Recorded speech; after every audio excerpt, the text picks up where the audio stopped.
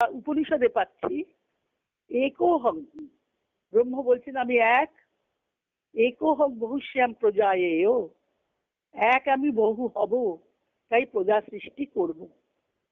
তাই সৃষ্টির মূলে সেই একই শক্তি। যখন সৃষ্ট বস্তু হচ্ছে, জগৎ সৃষ্টি হচ্ছে, তখন তা নানার ভাবে বিভক্ত হচ্ছে।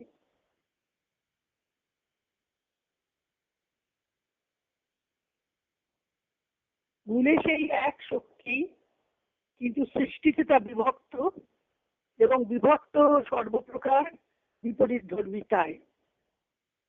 বিভক্ত হচ্ছে কেন? সর্বপ্রকার বিপরীত ধর্মিতায়, এবং একই সঙ্গে পরস্পরের পরিপূরক হিসাবেও। পরস্পর পরিপূরকও হয়েছে, পরস্পরের বিপরীত ধর্মীয় হয়েছে, বিভক্ত হয়েছে। কেননা সৃষ্টির জন্য এই বিভেদ প্রয়োজন ছিল, নইলে শুধু একটা জিনিস সর্বকালে বর্তমান থাকতো, বৈচিত্র্য থাকতো না, তাহলে শুধু একই থাকতো, তাহলে দুই আর বিভক্ত হতো না। কিন্তু গীতা বলছেন কি, অবিভক্তং বিভক্তেষু যঃ পশ্যতি সপশ্যতি। এই বিভক্তের মধ্যে, বিভেদের মধ্যে যে এককে দেখতে পারে সেই জ্ঞানী।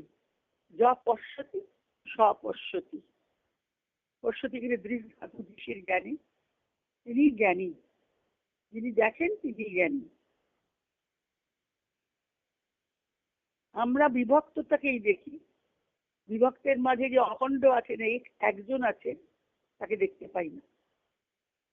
আমরা সামনে যা প্রতিভাত হয় সেই স্থূল রূপটাকেই দেখি, স্থূলের আড়ালে যে সূক্ষ্ম আছে তাকে দেখতে পাই না। তার জন্য মা বলছেন দিব্য চক্ষুর দরকার হয়। জ্ঞান চক্ষু মিলার হলে সেটা দেখা যায়।